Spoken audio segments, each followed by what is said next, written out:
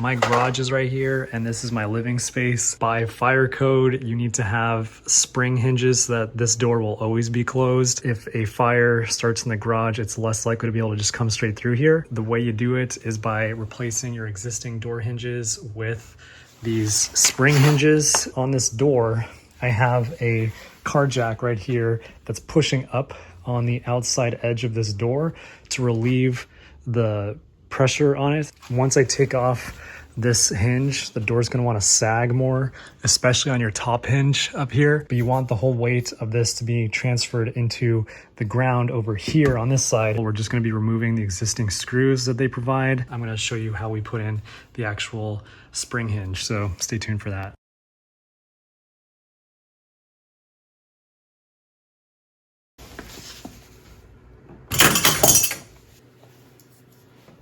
We're gonna open up this hinge. Note that the letter facing went on to point up.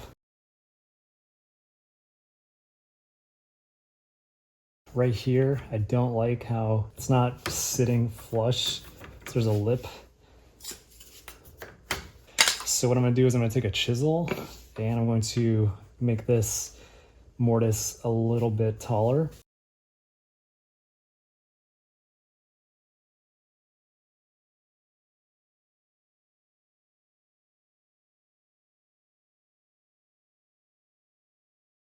Now we're going to drill the remainder of our holes because it has a different pattern.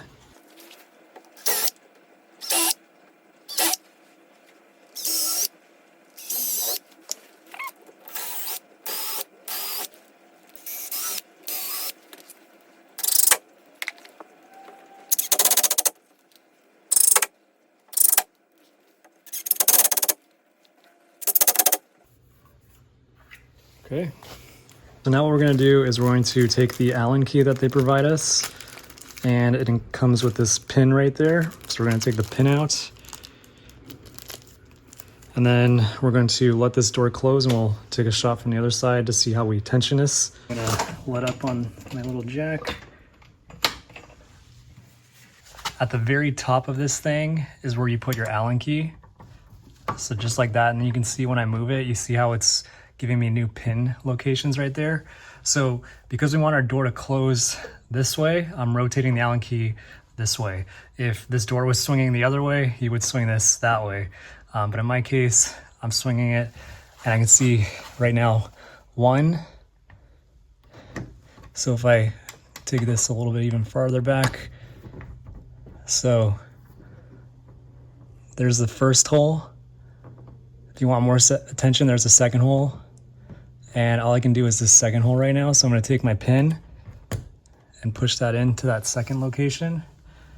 Take this off, and now this thing's spring loaded. So when we open up our door, I have one spring hinge at the bottom and one at the top.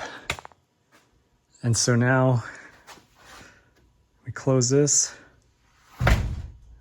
and hopefully that is good enough for the fire inspection. And now I'm going to be putting some spray foam in here, the fire rated orange stuff, so that we have protection around our perimeter. And that is how you install these spring hinges. So hope this video helps. Thanks all for watching, and take it easy, everybody.